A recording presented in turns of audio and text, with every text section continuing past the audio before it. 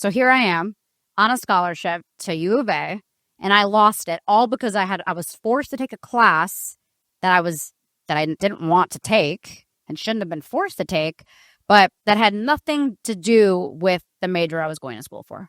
We have an awakening going on with the high school kids right now who are realizing that college is not the only option.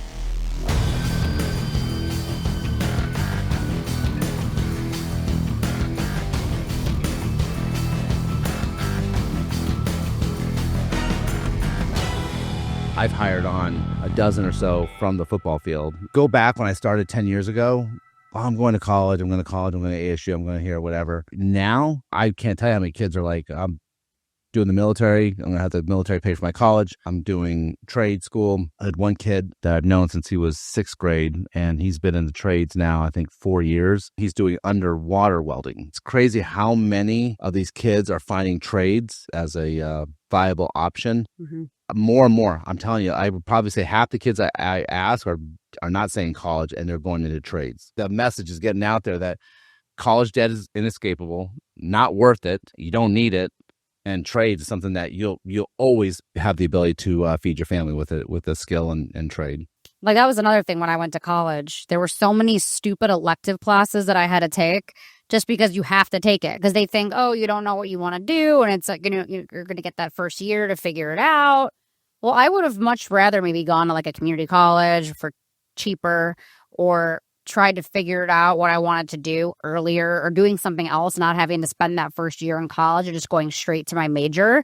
But that's how they get you too, where it's like that first year, they just feed you a bunch of elective classes that you have to take. I was taking like science. I'm like, why do I need science? I've taken science in grade school and high school. What more do I need to learn in science if I'm not going into that major? Yeah. So there was so much bullshit that I had to take that just made absolutely no sense, and I'm wasting money on it, and it's crazy. So I got into U of A. I had a scholarship.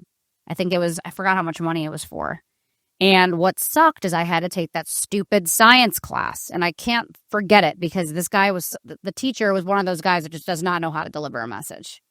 Awful teacher. I went to every class. I paid attention. I did my homework. I was on my Adderall, so I'm really focused. And I just didn't get it.